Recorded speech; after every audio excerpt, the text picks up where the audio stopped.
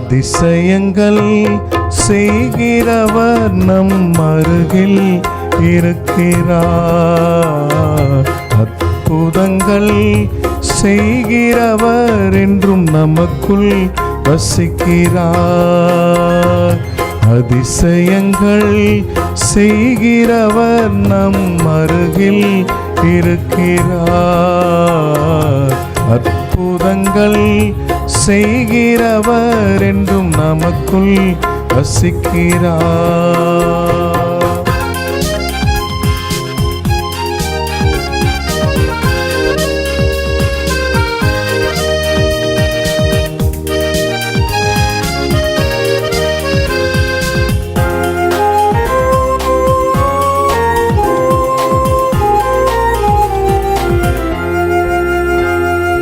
தண்ணீரை இரத்தமாய் மாற்றினார் அதிசயம். எகிப்து தண்ணீரை இரத்தமாய் மாற்றினார் அதிசயம். வெறும் தண்ணீரை திராட்சை ரசமாய் மாற்றினார் அதிசயம். வெறும் தண்ணீரை திராட்சை ரசமாய் மாற்றினார் அதிசயம். அதிசயங்கள் செய்கிறவர் நம் அருகில் இருக்கிறார். அற்புதங்கள் செய்கிறவர் என்றும் நமக்குள் வசிக்கிறார்.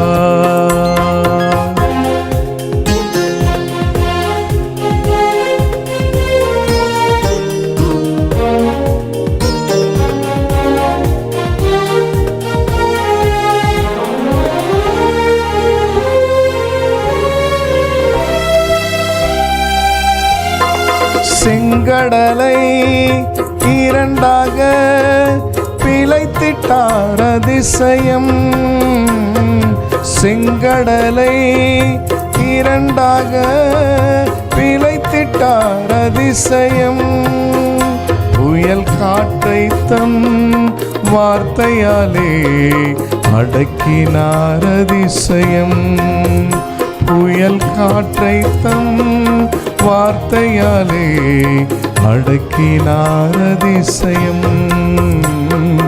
அதிசயங்கள் செய்கிறவர் நம் அருகில் இருக்கிறார்.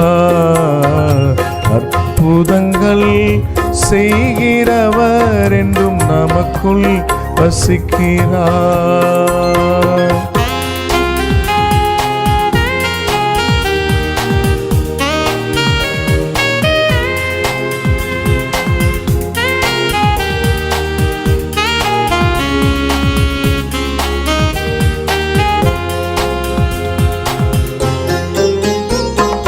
குருடருக்கும் செவிடருக்கும் சுகம் தந்தார் அதிசயம். குருடருக்கும் செவிடருக்கும் சுகம் தந்தார் அதிசயம். ஒரு சொல்லாலே மரித்தோரை எழுப்பினார் அதிசயம். ஒரு சொல்லாலே மரித்தோரை எழுப்பினார் அதிசயம். அதிசயங்கள் செய்கிறவர் நம் அருகில் இருக்கிறார். அற்புதங்கள் செய்கிறவர் என்றும் நமக்குள் வசிக்கிறார்.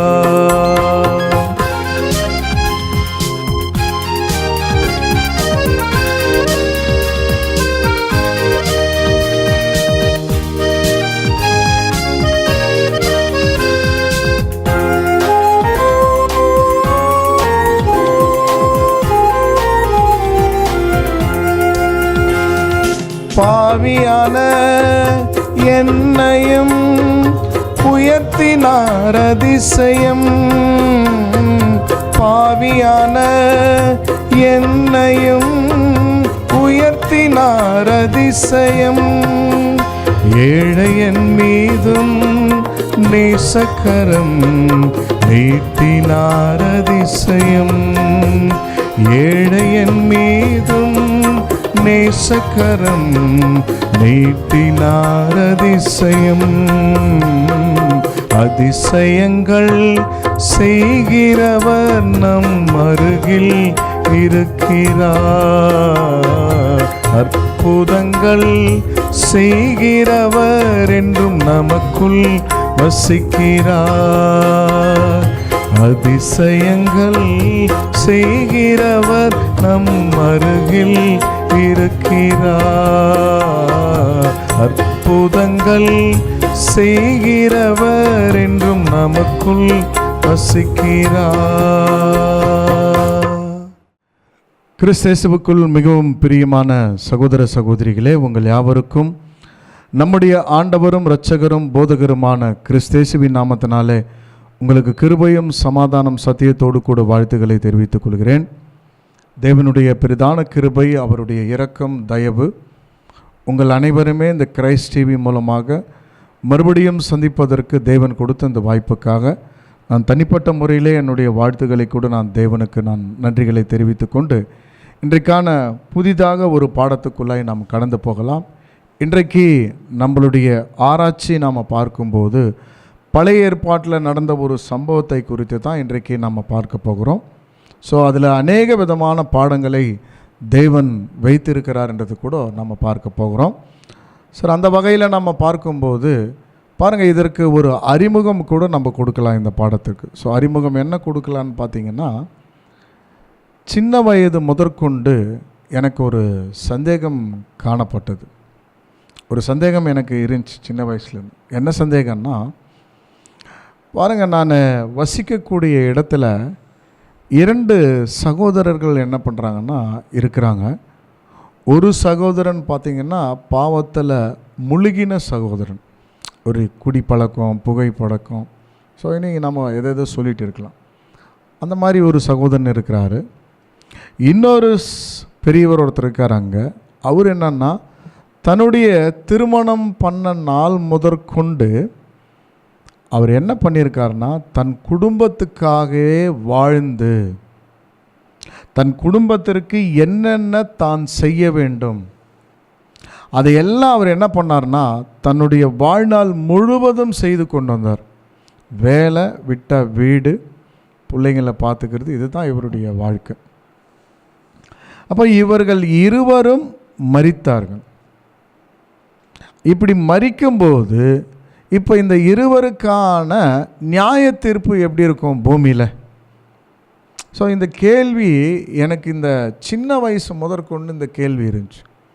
ஸோ இதற்கான பதில் நான் என்ன பண்ணுறேன்னா, நான் போய் மற்ற மதத்தினர்கிட்ட போய் நான் கேட்குறேன், இது இவங்களுடைய தீர்ப்பு என்னன்னு பார்க்கும்போது அவங்க என்ன சொல்கிறாங்கன்னா, ஆமாம், எங்களுடைய மதத்தின்படி அவர்கள் எங்களுடைய தேவனை ஏற்றுக்கொள்ளதுனால 2 பேருமே எங்கே போயிடுவாங்கன்னா, அதாவது துன்பம் இருக்கக்கூடிய இடம் நம்ம சொல்கிறோம் இல்லைங்களா, இந்த நரகத்துக்கு என்ன பண்ணுவாங்கன்னா 2 பேருமே போயிடுவாங்கன்னு சொல்லிட்டு சொன்னாங்க. ஸோ ஆனால் எனக்கு என்ன கிடைக்கலன்னா, ஒரு நிறைவு கிடைக்கல, ஒரு தெளிவு கிடைக்கல சகோதர சகோதரிகளை. ஏன் நான் சொல்கிறேன்னா, ஸோ இப்போ முதல் ஒரு சகோதரன் பார்த்தா இல்லைங்களா, அவர் பாவம் செய்கிறாரு, அவர் புகைப்படைக்கும், அப்புறம் குடிக்கிறது, ஸோ இப்படியெல்லாம் அவர் இருந்தார். அவர் ஒரு நரகத்துக்கு போகிறது 100% நம்ம ஏற்றுக்கொள்ளக்கூடியதாக இருந்தாலும், ஆனால் இன்னொரு சகோதரர்கள் நாம் பார்க்கும்போது, இன்னொரு சகோதரர் பெரியவர் நம்ம பார்த்தோம் இல்லைங்களா இந்த ஸ்டோரியில் அறிமுகத்தில். இப்போ அவர் பார்த்திங்கன்னா கர்த்தரை மட்டும் ஏற்றுக்கொள்ள, அவ்வளோதாங்க, ஒரே விஷயம். ஆனால் கர்த்தர் பேசின எல்லா விஷயங்களை, அவர் 3 வருடம் பேசின விஷயங்கள் எல்லாவற்றையுமே தன்னுடைய வாழ்க்கையில் அவர் என்ன பண்ணார்னா கடைப்பிடித்து வந்தார். ஸோ எப்படி கர்த்தரை அறியாமையில், எப்படின்னா நம்ம சொல்லலாம், வேதாகமத்தை தெரிஞ்சதுனால நாம் என்ன பண்ணுறோன்னா கர்த்தர் பேசின வார்த்தைகளை நாம் கீழ்ப்படிந்து அதன்படி நம்ம நடக்கிறோம். ஆனால் இவர் என்ன பண்ணாருன்னா, கர்த்தரை பற்றி தெரியாமையே முதலாவது நம்மளுடைய குடும்பத்தை நாம் விசாரிக்கணும், சகோதரர்களிடத்தில் அன்பு வைக்கணும். அப்போ சகோதரர்களிடத்தில் அன்பு வைக்காதவர் காண்கின்ற சகோதரனிடத்தில் அன்பு காணாதவர் காணாத தேவனிடத்தில் அன்பு எப்படி வைக்க முடியும்? பாருங்கள், இந்த விஷயம் வேதாகமத்தில் காணப்பட்டாலும் ஆனால் சத்தியமே அறியாமல் அவர் அதை செஞ்சிருக்கிறார். ஸோ இதுதான் இப்போ என்னுடைய கேள்வி. அப்போ இவர் எங்கே போவார்? நம்ம சொல்கிறோம் நரகத்துக்கு போவார். எப்படி இது எனக்கு நிறைவு இல்லை. ஸோ இயேசு மட்டும் தெரியாது, ஆனால் இயேசு பேசின ஒவ்வொரு வார்த்தைகள் என்ன பண்ணிடுறா தன்னுடைய வாழ்க்கையில் அவர் கடைப்பிடிச்சிட்டு வந்திருக்கிறார். ஸோ இவருக்கான தீர்ப்பு என்னன்றது நான் அந்த சகோதர இடத்துல மற்ற மதஸ்தர்கிட்ட போய் நான் கேட்டேன். அவரும் 2 பேர் நரகத்துக்கு போவாங்கன்னுவாங்க. இன்னொரு முஸ்லீம் சகோதரர்கள் பேசும்போது அவங்களும் இதே மாதிரி தான் சொன்னாங்க. அடுத்து நம்ம வேதத்தை போதிக்கக்கூடியவர்கள் இடத்துல போய் இதை கேட்கும்போது அவங்களும் இதே கேள்வி தான் என்ன பண்ணாங்கன்னா, இதே பதில் தான் அவங்களும் சொன்னாங்க. ஆனால் இவர்கள் சொன்ன பதிலில் எனக்கு ஒரு நிறைவு அங்கே காணப்படலை. சகோதரிகளே, பாருங்கள், இந்த மாதிரி ஒரு சத்தியம் கிடைக்கும்போது இன்றைக்கு நாம் பார்க்கக்கூடிய இந்த சத்தியத்தில் தான் எனக்கு விடை கிடைத்தது. உண்மையிலே தேவனுக்கு நான் என்ன பண்ணேன்னா ரொம்ப நன்றி சொன்ன சகோதரிகளே. ஏன்னா எனக்கு அவ்வளோ நிறைவாக இருந்துச்சு இந்த ஒரு பாடம். ஸோ அப்போ இன்றைக்கு நாம் பார்க்கக்கூடிய பாடம் நாம் பார்க்கும்போது பழைய ஏற்பாட்டில் நடந்த ஒரு சம்பவம், அது தாவீதினுடைய காலத்தில் நடந்த ஒரு சம்பவம் தான் எனக்கு ஒரு பதில் கிடச்சிது. அந்த 2 பேர் எங்கே போவாங்க என்பது குறித்ததான பதில் என்ன பண்ணோன்னா அங்கே கிடச்சிது. ஸோ அப்போ அந்த பதிலையோடு நாம் என்ன பண்ணலான்னா இந்த பாடத்துக்குள்ளே கடந்து போகலாம். தயவு செய்து கேட்கக்கூடிய சகோதரர்கள், நான் முதல் பேசின விஷயத்தை உங்களுடைய சிந்தையில் என்ன பண்ணுங்கன்னா நீங்கள் கொண்டு வந்தது. ஸோ அப்போ இன்றைக்கு நாம் பார்க்கக்கூடிய பாடத்தினுடைய தலைப்பு சீமேயி. இவரை குறித்து தான் இன்றைக்கு நாம் பார்க்க போகிறோம். ஒருவேளை நீங்கள் வேதத்தை படித்தவர்களாக இருந்தீங்கன்னா இந்த சம்பவம் எங்கே காணப்படுகிறதுனா 2 சாமுவேல் 16ஆம் அதிகாரம், 2 சாமுவேல் 19ஆம் அதிகாரம், 1 ராஜாக்கள் 2 ராஜாக்களில் இவரை குறித்ததான ஒரு பாடம் நாம் பார்க்க போகிறோம். யார் இந்த சீமேயி சொல்லும்போது சகோதரிகளே, இதற்கு ஒரு அறிமுகம் நாம் கொடுக்கலாம். என்ன அறிமுகம் கொடுக்கலான்னா, பாருங்கள், தாவீது அரசாட்சி செய்யும்போது, அவர் ராஜாவாக அரசாட்சி செய்யும் போது அவருடைய மகனாகிய அப்சலோன், இந்த அப்சலோன் என்ன பண்ணுறாருன்னா தாவீதை தாவீதுக்கே விரோதமாக செய்து தாவீதினுடைய சிங்காசனத்தை பிடித்து கொள்ள வேண்டும் என்று இவர் ரொம்ப ஆசைப்பட்டார். யார்? அப்சலோன். இது யார் கொடுத்துருக்கணும்? தாவீது கொடுத்துருக்கணும். என் மகனாகிய நீ என்ன பண்ணணும்னா என்னுடைய சிங்காசனத்தில் நீங்கள் ஆளுகை செய்யுங்கன்னு சொல்லிட்டு யார் இதை செய்திருக்கணும்னா தாவீது செய்திருக்கணும். ஆனால் அப்சலோன் என்ன பண்ணுறாருன்னா அவர் என்ன விரும்புகிறாருன்னா நான் ராஜாவாக ஆக வேண்டும். யார் இருக்கும்போது? தாவீது இருக்கும்போது நான் ராஜாவாக ஆக வேண்டும் என்று அவர் என்ன பண்ணுறாருன்னா விரும்பி என்ன பண்ணுறாருன்னா கொஞ்சம் ஒரு கூட்டத்தாரை சேர்ந்துக்கிட்டு இப்போ தாவீது மேலே யுத்தம் செய்யும்படிக்கு இப்போ போகிறார். அப்போ இது தாவீது என்ன பண்ணாருன்னா நல்லா புரிந்து கொண்டு, சரி கொஞ்ச நாள் என்ன பண்ணலான்னா அப்சலோனை விட்டு நாம் கொஞ்சம் விலகி இருக்கலாம், ஸோ கொஞ்ச நாள் அவருக்கு நம்ம வெளியே இருக்கலாம்னு சொல்லிட்டு தாவீது என்ன பண்ணுறாருன்னா இப்போது தன்னுடைய ஆட்களோட புறப்பட்டு போகிறார் ஒரு இடத்துக்கு. இவர் போகும்போது இங்கே பாருங்கள், இந்த ஸ்டோரியில் 2 வகுப்பார் இருக்கிறாங்க. யார் இந்த 2 வகுப்பாரன்னா, ஒன்று தாவீதை சார்ந்தவர்கள் இருக்கிறாங்க, இன்னொரு வகுப்பார் நாம் பார்க்கும்போது சவுலை சார்ந்தவர்கள் இருக்கிறாங்க. அப்போ இந்த சவுலை சார்ந்தவர்கள் நாம் பார்க்கும்போது சவுல் மரணம் அடைவதற்கு காரணம் யாருன்னா அவங்களுடைய மனசில் தாவீது தான் காரணம்னு நினச்சிருக்காங்க. தாவீது தான் என்ன பண்ணியிருக்காருன்னா சவுலை சாகடிச்சிருக்கிறாரு. சவுல் சாகுவதற்கு மிக முக்கியமான காரணம் யாருன்னா தாவீது தான் அவங்க நினச்சிட்டு இருக்கிறாங்க ஒரு கூட்டத்தார். ஆனால் இன்னொரு கூட்டத்தார் தாவீது என்ன சொல்கிறாரோ அதை அவங்க செய்வாங்க. ஸோ இந்த 2 வகுப்பார் பார்க்குறோம். இப்போ நாம் பார்க்கக்கூடிய இந்த கதாபாத்திரம் நம்ம சொன்னோம் இல்லைங்களா, சீமேயி. இந்த சீமேயி எந்த வம்சத்தை சார்ந்தவர்னா சவுல் வம்சத்தை சார்ந்தவர். இப்போ தாவீது என்ன பண்ணுறாருன்னா அப்சலோனுக்கு பயந்து ஓடலை. தயவுசெய்து நீங்கள் அப்படி நினச்சிடாதீங்க. அப்சலோனுக்கு பயந்து ஓடாமல் கொஞ்ச நாள் மறைவாக நம்ம இருக்கலாம் அப்சலோனுக்குன்னு தாவீது போகிறாரு. கூட படை தளபதி எல்லாம் என்ன பண்ணுறாங்கன்னா போகிறாங்க. இப்படி போகிற விஷயம் யாருக்கு தெரியுதுன்னா சீமேய்க்கு தெரிய வருது. இப்போ இந்த சீமை என்ன பண்ணுறாருன்னா தாவீதை எதிர்த்து வராங்க. பாருங்கள் அங்கே என்ன நடக்குதுன்னு நம்ம பார்க்கலாம்.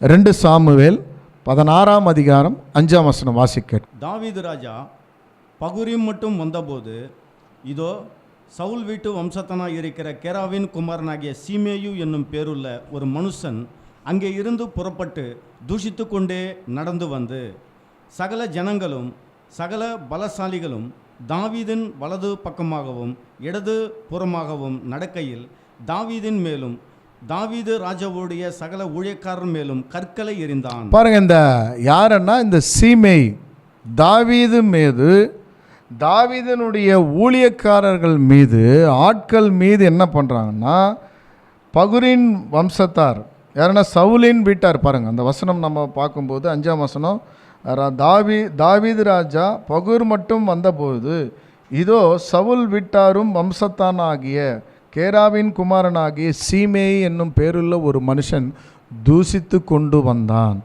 அப்போ தாவீது மேலே என்ன பண்ணியிருக்காருன்னா கற்களை வீசி தூஷணமான வார்த்தைகளை பேசியிருக்கார். அடுத்த வசனம் வாசி கேட்கலாம். சீமேயு அவனை தூஷித்து, இரத்த பிரியனே, பெலியாவின் மனுஷனே, தொலைந்து போ, தொலைந்து போ. சவுலின் ஸ்தானத்திலே ராஜாவான உன்மேல் கர்த்தர் சவுல் வீட்டாரின் இரத்த பழியை திரும்ப பண்ணினார்.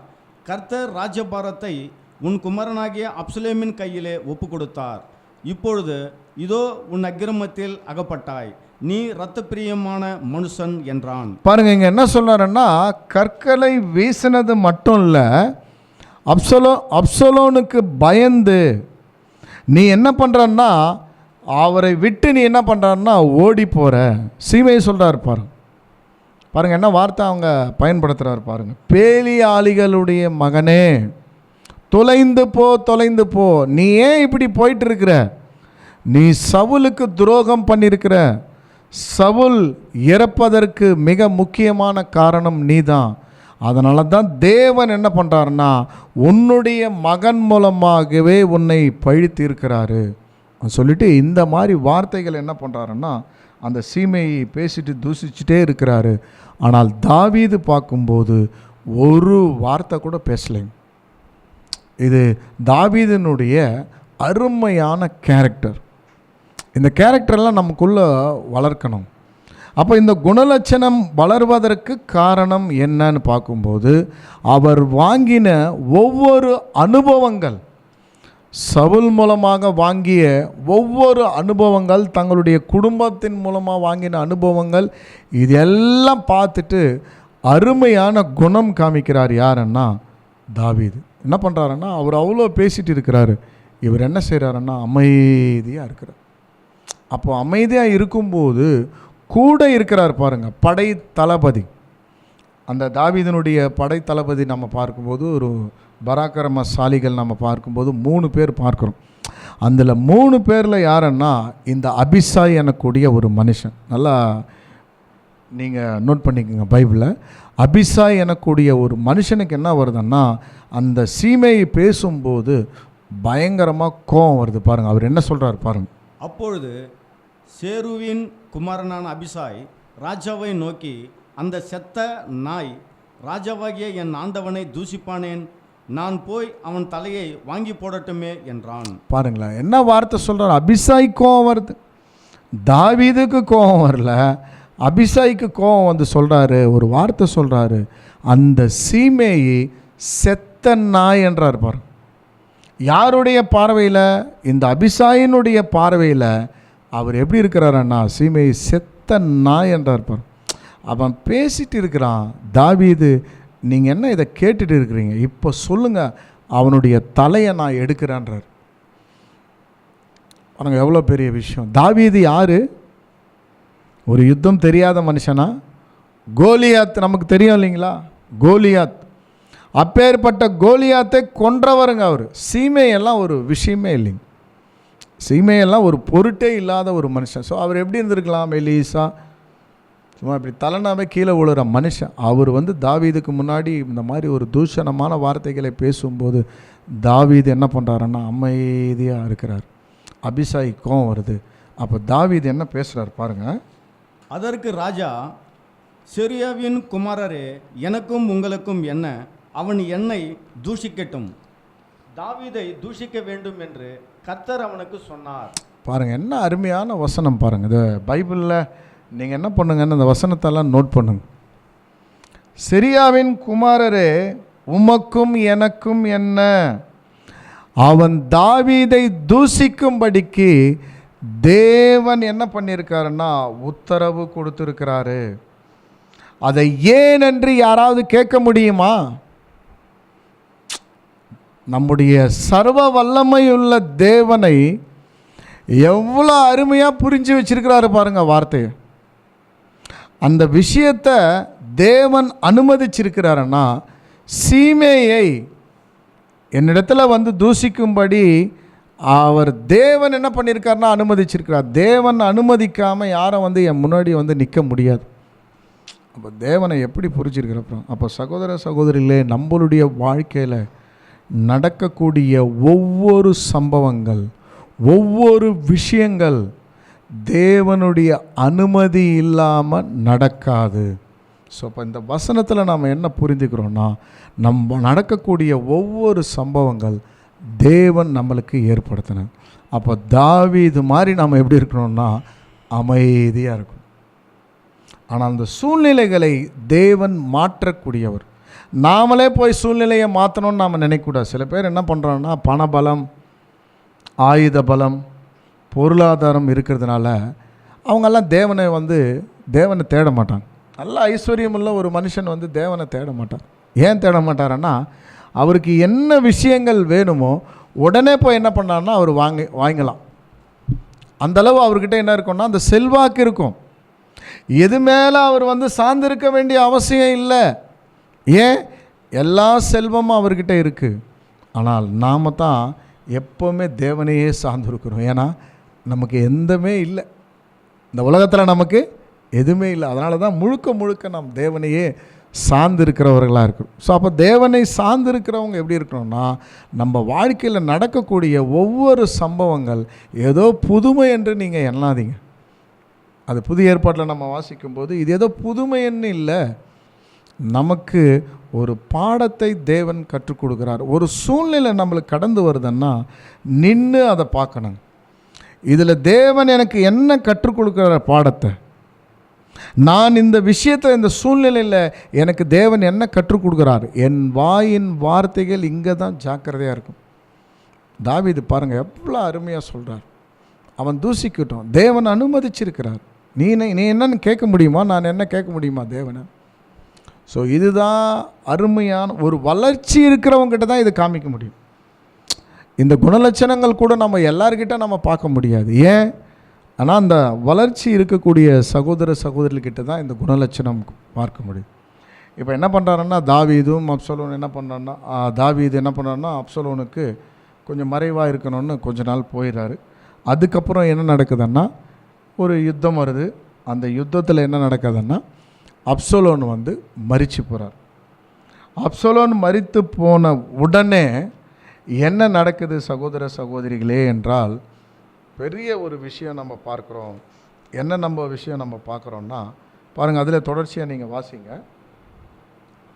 அடுத்த வசனம். பின்னும் தாவீது அபிஷாயும் தன் ஊழியக்காரர் எல்லாரையும் பார்த்து, இதோ என் கர்ப்பப்பிறப்பான என் குமாரனே என் பிராணனை வாங்க தேடும்போது இந்த பென்யமீனின் எத்தனை அதிகமாய் சொல்வான், அவன் தூஷிக்கட்டும், அப்படி செய்ய கர்த்தர் அவனுக்கு கட்டளையிட்டு இருக்கிறார்.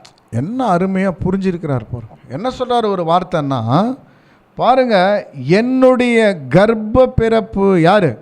அப்சலோனே எனக்கு விரோதமாக என்னுடைய ராஜ்யத்தை எடுத்துக்கிட்டோம், அவர் ராஜாவாகணும், நான் இருக்கும்போது அப்பேற்பட்ட வேலைகளை செய்கிறாருன்னா யாருன்னா என்னுடைய அப்சலோன், என்னுடைய மகனாகிய அப்சலோன். இந்த சீமை எவ்வளோ மாத்திரம் எனக்கு. அவன் தூசிக்கிட்டும், கர்த்தரே என்ன பண்ணியிருக்காரு, அதை செஞ்சிருக்கிறார் என்றாரு. வாசிங்க. ஒருவேளை கர்த்தர் என் சிறுமையை பார்த்து இந்த நாளில் அவன் நிந்தித்த நிந்தனைக்கு பதிலாக எனக்கு நன்மை சரி கட்டுவார் என்றான். தேவன் நான் இவர் தூசிக்கிறார், நான் அமைதியாக இருந்தேன்னா தேவன் கண்டிப்பாக என்ன பண்ணுவார்னா நியாயம் விசாரிப்பார், என்னுடைய நியாயத்தை அவர் சரி கட்டுவார். 13ஆம் வசனம். அப்படியே தாவீதும் அவன் மனுஷர் வழியே நடந்து போனார்கள். சீமேயும் மலையின் பக்கத்திலே அவனுக்கு எதிராக நடந்து தூஷித்து அவனுக்கு எதிராக கற்களை எறிந்து மண்ணை துருவிக்கொண்டே வந்தான். பாருங்க, இங்க என்ன நடக்குதுன்னா அது முடிகிற வரலாம், தாவீது போகிற வரலாம் இவர் என்ன பண்ணார்னா சத்தமிட்டு தூசித்து கொண்டே இருக்கிறார். அப்போ தாவீது என்ன பண்ணுறாருன்னா புறப்பட்டாங்க போகிறாரு. இப்போது என்ன நடக்குதுன்னா அப்சலோன் நம்ம பார்க்குறோம், அங்கே யுத்தம் அங்கே நடக்குது. அந்த யுத்தம் நடக்கும்போது என்ன நடக்குதுன்னா அப்சலோன் அங்கே இறந்து போயிடுறார். இறந்து போன விஷயம் தெரிஞ்ச உடனே தாவீது என்ன பண்ணுறாருன்னா எருசலேமுக்கு திரும்ப வருகிறது நம்ம பார்க்கணும். அப்போ எருசலேமுக்கு அவர் திரும்ப வரும்போது யாருக்கு சந்தோஷம் இருக்கும், யாருக்கு கஷ்டம் இருக்கும்னா இஸ்ரேலில் இருக்கக்கூடிய தாவீதின் ஒரு கூட்டத்தார் இருக்கிறாங்க பார்த்தீங்களா, அவங்களுக்கு சந்தோஷம் இருக்கும். சீமைக்கு இப்போ கஷ்டமாயிடுச்சு. தாவீது வரமாட்டார்னு நினச்சாரு, ஆனால் இங்கே என்ன நடந்துச்சுன்னா தாவீது வராருன்ற விஷயத்த மறுபடியும் யாருக்கு இது தெரியுதுன்னா சீமைக்கு தெரியும் போது சீமை பயப்படுறார். அப்போ தாவீது மறுபடியும் ராஜாவாயிட்டாருன்னா அப்போ என்னை கொன்று போட்டுருவாரேன்னு சொல்லிட்டு உடனே எல்லாம் வந்து தாவீதை வெல்கம் பண்ணுறதுக்கு முன்னாடியே சீமை என்ன பண்ணுறாருன்னா தாவீதுக்கிட்ட ஓடி போகிறார். பாருங்கள், வாசிங்க 2 சாமுவேல் 19ஆம் அதிகாரம் 16ஆம் வசனம். 2 சாமுவேல் 19ஆம் அதிகாரம் 16ஆம் வசனம் வேர்ட்ஸ். பகரீம் ஊரனான பென்யமீனாகிய கேராவின் மகன் சீமேயு தீவிரித்து யூதா மனுஷரோடு கூட தாவீது ராஜாவுக்கு எதிர்கொண்டு போனான். அவனோடு பென்யமீன் மனுஷர் 1000 பேரும் சவுலின் வீட்டு வேலைக்காரனாகிய சீமேயும் அவனோடு கூட அவனுடைய 15 குமாரரும் அவனுடைய 20 வேலைக்காரரும் இருந்தார்கள். அவர்கள் ராஜாவுக்கு முன்பாக யோர்தானை வேகமாக நடந்து போனார்கள். அவர்கள் ராஜாவின் வீட்டாரை இக்கரைப்படுத்தவும் அவன் விரும்பும் காரியத்துக்கு உதவும் ஒரு படகு இக்கரையிலே வந்தது. அப்பொழுது கேராவின் குமாரனாகிய சீமேயு யோர்தானை கடந்து போகிற ராஜாவுக்கு முன்பாக தாழ விழுந்து ராஜாவை நோக்கி, என் ஆண்டவனே, என் அக்கிரமத்தை என் மேல் சுமத்தாமலும் ராஜாவாகிய என் ஆண்டவன் எருசலேமிலிருந்து புறப்பட்டு வருகிறதை ராஜாவுக்கு நினைக்காமலும் தமது மனதிலே வைக்காமலும் இருப்பாராக. பாருங்க, இங்கே என்ன நடக்குதுன்னா இப்போது தாவீது என்ன செய்கிறாருன்னா எருசலேமுக்கு வரும்போது எல்லார் வருவதற்கு முன்பதாக அவருக்கு வாழ்த்து தெரிவிக்கிறதுக்கு முன்னாடி சீமையை போய் என்ன பண்ணுறாருன்னா தாவீது முன்னாடி போய் காலில் விழுந்து, என்னை மன்னிச்சிருங்க, நான் தூஷணமான வார்த்தைகளை நான் உங்களுக்கு சொன்னேன், தயவுசெய்து என்னை நீங்கள் மன்னிச்சிருங்க, அந்த விஷயத்தை நீங்கள் வந்து சிந்தையில் வைத்து கொள்ளாதீங்க. ஸோ இவருக்கு என்ன வந்துடுச்சுன்னா மரண பயம் வந்துடுச்சு. தாவீது கொலை பண்ணிடுவாரோ என்ற ஒரு மரண பயம் வந்ததுனால முன்னாடியே போய் தன்னுடைய ஆட்கள் மூலமாக என்ன பண்ணுறாருன்னா சீமை தாவீதுக்கிட்ட என்ன பண்ணுறாருன்னா மன்னிப்பு கேட்குறாரு. இப்போ தாவீது என்ன செய்கிறார் பாருங்கள், 23 வரலாம் வாசிங்கிறாரு. உமது அடியனாகிய நான் பாவம் செய்தேன் என்று அறிந்திருக்கிறேன். இப்பொழுது இதோ ராஜாவாகிய என் ஆண்டவனுக்கு எதிர்கொண்டு வர யோசேப்பு வீட்டார் அனைவருக்கும் நான் இன்று முத்திரை கொண்டேன் என்றான். அப்பொழுது செருவின் குமாரனாகிய அபிசாய் பிரதியுத்தரமாக, கர்த்தர் அபிஷேகம் பண்ணினவரை சீமையை தூஷித்தபடியால் அவனை அதற்காக கொல்ல வேண்டாமா என்றான். அதற்கு தாவீது, செருவின் குமாரரே, இன்று நீங்கள் எனக்கு சத்துருக்களாய் இருக்கிறதற்கு எனக்கும் உங்களுக்கும் என்ன? இன்று இஸ்ரவேலில் ஒருவன் கொல்லப்படலாமா என்று நான் இஸ்ரவேலின் மேல் ராஜாவானேன் என்று எனக்கு தெரியாதா என்று சொல்லி ராஜா சீமையை பார்த்து, நீ சாவதில்லை என்று அவனுக்கு கட்டளையிட்டான். பாருங்கள், இங்கே நாம் பார்க்கும்போது சகோதர சகோதரிகளே, இப்போ தாவீது என்ன பண்ணுறாருன்னா அவரை சீமையை பார்த்த உடனே சீமையை அவர்கிட்ட மன்னிப்பு கேட்குறாரு. இப்போ தாவீது என்ன பண்ணுறாருன்னா அவரை மன்னிக்கக்கூடிய நிலையில் இருக்கிறாரு. இப்போ அபிசாய் சொல்கிறாரு, தேவன் அபிஷேகம் பண்ண இருக்கிறார் இல்லையா, உங்களை அவர் எப்படி தூஷிக்கலாம்? தூஷிக்கும் போது அவர் வந்து இப்போ உங்ககிட்ட பேசுகிறாரு, நீங்கள் எப்படி அமைதியாக அவருக்கு பதில் சொல்கிறீங்க? அவர் என்ன பண்ணணும்னா நீங்கள் கொலை செய்யணும் இல்லையான்னும் போது இப்போ அவர் சொல்கிறாரு, நான் பதவி ஏற்கக்கூடிய விஷயத்தில் யாராவது ஒருத்தர் கொல்லப்படலாமா? அப்படி கொலை பண்ணுறது நியாயம் இல்லைன்னு சொல்லிட்டு இப்போ அவர் என்ன பண்ணுறாருன்னா, நீ சாகுவது இல்லை என்று ஒரு உத்தரவு கொடுக்குறார். யாருக்கு? சீமை. இப்போ தாவீது என்ன சொல்கிறாருன்னா, சீமையை பார்த்து நீ சாகுவது இல்லைன்னு சொல்லிட்டு அங்கே மன்னிப்பு கொடுக்குறார். மன்னிப்பு கொடுத்த உடனே சீமை என்ன பண்ணுறாருன்னா ரொம்ப சந்தோஷமாகறார். சரி, இவர் நம்மளை வந்து கொலை பண்ணுவாருன்னு நம்ம நினச்சிருந்தோம், ஆனால் இப்போ அவர் என்ன பண்ணிட்டாருன்னா நம்மளை மன்னிச்சு விட்டுட்டாருன்னு சொல்லிட்டு சந்தோஷமாக சீமை என்ன பண்ணுறாருன்னா போயிடுறார். ஸோ இது நம்ம ஒரு சூழ்நிலை நம்ம பார்க்குறோம். முதல்ல என்ன நம்ம பார்த்தோம்னா, சீமையை வந்து தாவீதை வந்து தூஷித்தார். தாவீது என்ன பண்ணாருன்னா அமைதியாக இருந்தார். அப்சலோன் மரிச்சிட்டு பிறகு மறுபடியும் அவர் என்ன பண்ணாருன்னா எருசலேமுக்கு வந்தார். சீமையை என்ன பண்ணாருன்னா அவர்கிட்ட மன்னிப்பு கேட்டார். தாவீது மன்னிப்பு கொடுத்துட்டாருன்னு நம்ம ஒரு பாட்டில் நம்ம பார்க்குறோம். ஸோ இன்னொரு பகுதி நாம் வரும்போது அடுத்த பகுதியில் நாம் என்ன பார்க்குறோன்னா, இப்போ தாவீதுக்கு வயது ரொம்ப அதிகமாயிடுச்சு. இப்போ மரிக்கும் தருவாயில் அவர் இருக்கிறாரு. இப்போ இந்த மரிக்கும் தருவாயில் இருக்கும்போது என்ன செய்கிறாருன்னா, சாலமோனை கூப்பிட்டு சாலமோன்கிட்ட சொல்கிறாரு, பாரு சாலமோன், நான் வந்து ஆலயம் கட்டணும்னு நான் ரொம்ப ஆசையாக இருந்தேன். ஆனால் தேவன் என்ன பண்ணிட்டாருன்னா, நான் ஆலயம் கட்டக்கூடாதுன்னு சொல்லிட்டாரு. என் மகனாகிய நீ சாலமோன் தான் நீ ஆலயம் கட்டணும்னு சொல்லிட்டாரு. ஏன்னா என்னுடைய கை முழுமையாக ரத்தம் இருக்குது, யுத்தம் நிறைய செஞ்சுருக்கிறார். அதனால் என்ன பண்ணிட்டாருன்னா, நீ கட்ட வேணாம், உன்னுடைய மகனாகிய சாலமோன் என்ன பண்ணிட்டான்னா இந்த ஆலயத்தை கட்டட்டும். ஆனால் சாலமோன் பாருங்கள் இங்கே என்ன செஞ்சுருக்கிறாருன்னா, சகோதர சகோதரில் ரொம்ப முக்கியமான ஒரு விஷயம். அவர் வந்து ஆலயம், எருசலேமினுடைய ஆலயம் எங்கே கட்டணும் இடம் போய் அவர் வாங்கினதில்லை. அதில் வேலை செய்யக்கூடிய ஆட்கள் கூட செலக்ட் பண்ணிட்டார் தாவீது. அப்புறம் அதில் அந்த ஆலயத்தில் பொன் எங்கெங்கெல்லாம் வரணும் அதெல்லாம் கூட பொண்ணு கூட தயார் பண்ணி வச்சுட்டாரு. பொண்ணு, வெள்ளி, வெண்கலம் பாருங்கள். அப்புறம் வந்து மரத்தினால், சித்திரை மரத்தினால் செய்யக்கூடிய அந்த பொருட்கள் எல்லாமே தாவீது வாங்கி வச்சுட்டாருங்க. வைத்துட்டு என்ன பண்ணுறாருன்னா, ஆலயம் கட்டணும் ஆனால் தேவன் கட்ட வேணான்னும் போது நிறுத்திட்டார். இப்போது இதெல்லாம் யார்கிட்ட ஒப்படைக்கிறாருன்னா, சாலமோன் கிட்ட என்ன பண்ணுறாருன்னா இதெல்லாம் ஒப்படைச்சிட்டு ஆலயத்தை வந்து நீங்கள் கட்டுங்கன்னு சொல்லிட்டு அப்படி சொல்கிறார். சொல்லிவிட்டு அவர் என்ன பண்ணுறாரு பாருங்கள், வசனம் வாசிக்கலாம். 1 ராஜாக்கள் 1ஆம் அதிகாரம் 1ஆம் வசனம் வாசிங்க. தாவீது மரணமடையும் காலம் சமீபித்த போது அவன் தன் குமாரனாகிய சாலமோனுக்கு கட்டளையிட்டு சொன்னது. பாருங்க, இங்கே நம்ம பார்க்கும்போது சகோதர சகோதரிகளே, இப்போ அவர் மரணம் அடையக்கூடிய தருவாயில் அவர் எங்கெங்கே என்னென்ன செஞ்சுருக்கிறாரு எல்லாமே சொல்லிட்டு இப்போ அவர் யாரை பற்றி பேசுகிறாருன்னா சீமையை பற்றி பேசுகிறாரு பாருங்க. ஆனால் மன்னிச்சு விட்டுட்டாரு முதல் பாகத்தில். 2ஆம் பாகம் அவர் மரிக்கும் தருவாயில் என்ன பண்ணுறாருன்னா, சாலமோனை கூப்பிட்டு, நான் வந்து அப்சலோனுக்கு கொஞ்ச நாள் மறைவாக இருக்க போகும்போது சீமை என்ன பண்ணான்னா தூஷணமான வார்த்தைகளை பேசிட்டாரு. நான் மறுபடியும் எருசலேமுக்கு வரும்போது அந்த நாள் பதவி ஏற்கக்கூடிய நாள்ன்றதுனால யார் ஒருத்தர் கொலை பண்ணக்கூடாது, கொலை செய்யக்கூடாதுன்றதுனால நான் அவரை விட்டுட்டேன். ஆனால் நீ அவனை குற்றமற்றவன் என்று எண்ணாதே, நீ அவனை என்ன பண்ணன்னா கொலை செஞ்சிட்டான்றார். ரொம்ப ஆச்சரியமாக இருக்குது பாருங்கள் தாவீது கேரக்டர். மன்னித்தவர் இங்கே 2ஆம் பாகத்தில் என்ன பண்ணுறாருன்னா சாலமோனை கூப்பிட்டு அவர் என்ன பண்ணன்னா நீ கொலை செஞ்சிடுன்றார். ரொம்ப ஆச்சரியமாக இருந்து அந்த ஒரு வசனம் மன்னிப்பு கொடுத்துட்டு. இப்போ பாருங்கள் அந்த வசனம் நீங்கள் வாசிங்க 36. இப்போ சாலமோன் என்ன செய்கிறார் பாருங்கள்.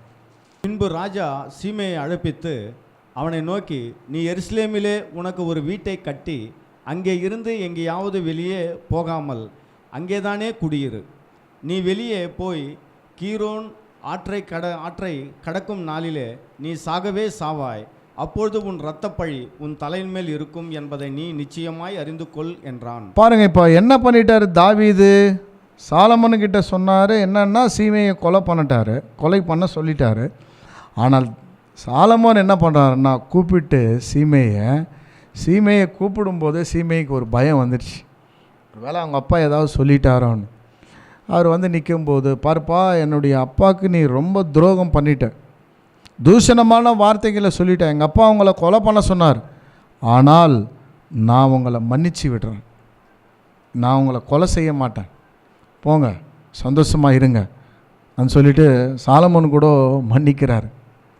ஆனால் ஒரு வார்த்தை கண்டிஷன் போடுறார். அவருக்கு என்ன கண்டிஷன் போடுறாருன்னா, பாரு சீமேயி, நீ ஒரு வீட்டை எருசலேமில் கட்டி அந்த எருசலேமில் குடி இருக்கணும்.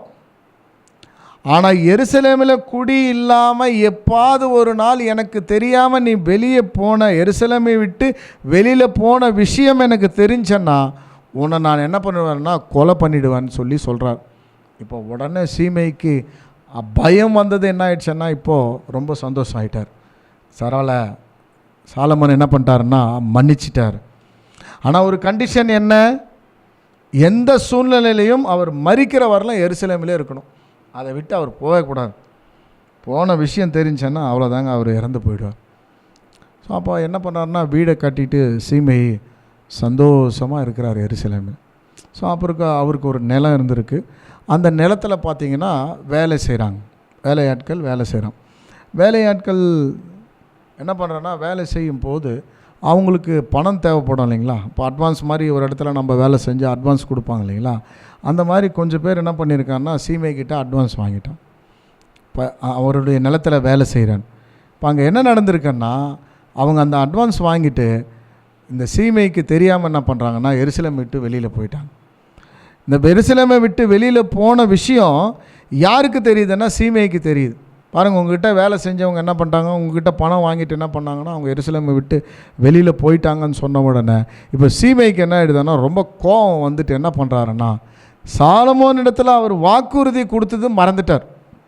பாருங்கள், இந்த விஷயத்தில் அவங்க செஞ்ச காரியத்தில், வேலைக்காரங்க செஞ்ச காரியத்தில் என்ன பண்ணிட்டாங்கன்னா அந்த கோவத்தில் என்ன பண்ணிட்டாருன்னா சாலமோன்கிட்ட ஆணையிட்டு கொடுத்தார் இல்லைங்களா ஒரு விஷயம், அதை மறந்துட்டு என்ன பண்ணார் எருசலேமை விட்டு வெளியே போயிட்டார்.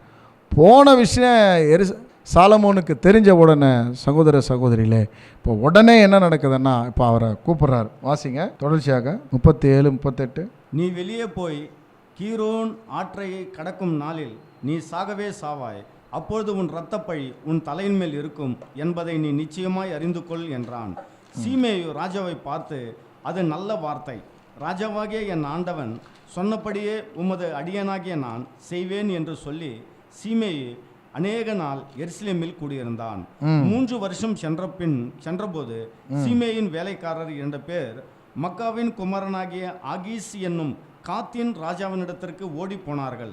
உன் வேலைக்காரர் காத்து ஊரில் இருக்கிறார்கள் என்று சீமேயுக்கு அறிவித்தார்கள். அப்பொழுது சீமே எழுந்து தன் கழுதையின் மேல் சேணம் வைத்து தன் வேலைக்காரரை தேட காத்து ஊரிலே இருக்கிற ஆகீஸிடத்துக்கு புறப்பட்டு போனான். இப்படி சீமேயு போய் தன் வேலைக்காரரை காத்து ஊரில் இருந்து கொண்டு வந்தான். சீமே எருசலேமிலிருந்து காத்து ஊருக்கு போய் திரும்பி வந்தான் என்று சாலமோனுக்கு அறிவிக்கப்பட்டது. பாருங்க, என்ன அறிவிக்கப்படுதுன்னா சாலமோனுக்கு அந்த ஜனங்க வந்து சொல்கிறாங்க, சீமே என்ன பண்ணிட்டாருன்னா எருசலேமை விட்டு காத்து ஊருக்கு போயிட்டாருன்னு சொன்ன உடனே சாலமோனுக்கு கோபம் வந்து என்ன பண்ணுறாருன்னா சீமையை கூப்பிட்றார். வாசிங்க. ராஜா சீமையை அழைப்பித்து, நீ வெளியே புறப்பட்டு எங்கேயாவது போகிற நாளிலே சாகவே சாவாய் என்பதை நீ நிச்சயமாய் அறிந்து கொள் என்று நான் உன்னை கர்த்தர் மேல் ஆணையிட்டு செய்தது உனக்கு திடாட்சியாக சொல்லியிருக்க, அதற்கு நீ நான் கேட்ட வார்த்தை நல்லதென்று சொல்லவில்லையா? நீ கர்த்தரின் ஆணையையும் நான் உனக்கு கற்பித்த கட்டளையும் கை கொள்ளாதே போனது என்ன என்று சொல்லி, பின்னும் ராஜா சீமேயை பார்த்து, நீ என் தகப்பனாகிய தாவீதுக்கு செய்ததும் உன் மனதுக்கு தெரிவித்ததுமான எல்லா பொல்லாப்பையும் அறிந்திருக்கிறாய், ஆகையால் கர்த்தர் உன் பொல்லாப்பை உன் தலையின் மேல் திரும்ப பண்ணுவார். ராஜாவாகிய சாலமோனோ ஆசிர்வதிக்கப்பட்டவனாய் இருப்பான், தாவீதின் சிங்காசனம் என்றென்றைக்கும் கர்த்தருக்கு முன்பாக உறுதியாயிருக்கும் என்று சொல்லி ராஜா யோதாபின் குமாரனாகிய பெனாயாவுக்கு கட்டளை கொடுத்தான். அவன் வெளியே போய் அவன் மேல் விழுந்து அவனை கொன்று போட்டான். ராஜபாரம் சாலமோனின் கையில் ஸ்திரப்பட்டது. பாருங்க சகோதர சகோதரிகளே, இதுதான் நம்ம பார்க்குறோம். இப்போது சாலமோன் என்ன பண்ணுறாருன்னா, சீமையை அர்ப்பித்து அவர் இடத்துல சொல்கிறாரு, நான் எங்கள் அப்பா உன்னை சாகடிக்க சொன்னாலும் நான் அதை செய்யாமல் என்ன பண்ணிட்டேன்னா உன்னை மன்னித்து நான் விட்டுட்டேன். எருசலேமை விட்டு போகாதன்னு சொல்லி நீ போனதுனால என்ன பண்ணுறான்னா உன்னை நான் கொலை செய்கிறேன்னு சொல்லிட்டு ஆளை கூப்பிட்டு என்ன பண்ணுறாருன்னா சீமையை கொலை செய்யணும்னு சொல்லிட்டு கொலை பண்ணிடுறார். சீமையை இறந்துடுறார். ஸோ இதுதான் சீமை பாடத்தில் இருக்கக்கூடிய விஷயங்களை என்ன பண்ணோம்னா நாம் ஒவ்வொன்றாக வசனங்களை வாசித்து என்ன பண்ணோம்னா நம்ம புரிந்து கொண்டோம். ஸோ இதில் விசேஷமாக நமக்கு என்ன பாடம் இருக்குது? ஸோ இது நடந்து முடிந்த சம்பவம். ரோமர் 15ஆம் அதிகாரம் 4ஆம் வசனத்தில் கூட நம்ம வாசிக்கிறோம் இல்லைங்களா? அருமையான வசனம் நம்ம வாசிக்கிறோம். ரோமர் 15:4 என்ன சொல்கிறாருன்னா, நமக்கு பழைய ஏற்பாட்டு மூலமாக தேவன் என்ன செய்கிறாருன்னா நிறைய பாடங்களை, நிறைய அறிவுறுத்தல், நிறைய படிப்பினை இதெல்லாம் தேவன் எங்கே வச்சிருக்கிறாருன்னா பழைய ஏற்பாட்டில் வச்சிருக்கிறாரு. அந்த பழைய ஏற்பாட்டில் நம்ம பெரிய சம்பவங்களை நம்ம பார்த்து இப்போ நம்ம புரிந்து கொள்ள போகிறோம். வசனம் வாசி கேட்கலாம். தேவவசனத்தினால் உண்டாகும் பொறுமையினாலும் ஆறுதலினாலும் நாம் நம்பிக்கை உள்ளவர்களாகும் படிக்கு முன்பு எழுதியிருக்கிறவைகள் எல்லாம் நமக்கு போதனையாக எழுதி பாருங்க, முன்பு எழுதியவைகள் எல்லாம் நமக்கு எப்படி இருக்குன்னா ஒரு போதனையாக இருக்கிறது. பாருங்க, அப்போ முன்பு எழுதினவைகள் என்ன? பழைய ஏற்பாட்டில் நடந்த சம்பவங்கள் அனைத்துமே நமக்கு ஒரு போதனை. ஸோ அப்போ அந்த சீமை பாடத்தில் நமக்கு என்ன போதனை இருக்குன்றது நம்ம கற்றுக்கொள்ள போகிறோம். ஸோ ஒவ்வொன்றா என்ன பண்ணலான்னா நம்ம மேட்ச் பண்ணி பார்க்கலாம். இப்போ நாம் சொன்னபடி நீங்கள் ஆரம்பத்தில் நான் சொன்னோம் இல்லைங்களா, ஒரு விஷயம் என்ன சொன்னோம், 2 பேர் இருக்கிறாங்க, அதில் ஒருத்தர் பாவம் செஞ்சவர், இன்னொருத்தர் பாவம் செய்யாமல் தன்னுடைய குடும்பம் அப்படியே இருந்து 2 பேரில் ஒருத்தர் இறந்து போயிட்டார். 2 பேரும் இறந்து போயிட்டாங்க. இவங்க எங்கே போவாங்கன்னா எல்லாருமே என்ன சொல்லுவாங்கன்னா நரகம் போயிடுவாங்கன்னு சொல்லுவாங்க. ஆனால் இந்த ஒரு பாடத்தில் நமக்கு ஒரு தெளிவு கிடைச்சதுன்னு நான் முன்னாடியே உங்களுக்கு சொன்னோம் இல்லைங்களா? அதே மாதிரி நாம் பார்க்கும்போது இதில் தேவன் அருமையான ஒரு பாடம் நமக்கு கற்றுக் கொடுக்க போகிறார். ஸோ இதில் நம்ம வரக்கூடிய கேரக்டர்ஸ் மட்டும் நம்ம பார்க்கலாம். முதல் வரக்கூடிய கேரக்டர் யாருன்னா தாவீது, 2வது வரக்கூடிய கேரக்டர் யாருன்னா சீமே, 3வது வரக்கூடிய கேரக்டர் யாருன்னா சாலமோன். அந்த 3 கதாபாத்திரங்களை தான் இந்த ஒரு இதில் இருக்குது. ஸோ அப்போ இதில் ஒவ்வொன்றையும் நாம் என்ன பண்ணலாம்னா பொருத்தி பார்க்கலாம். முதலாவது நாம் பார்க்கும்போது தாவீது யாருக்கு ஒரு அடையாளமாக இருக்கிறாரு?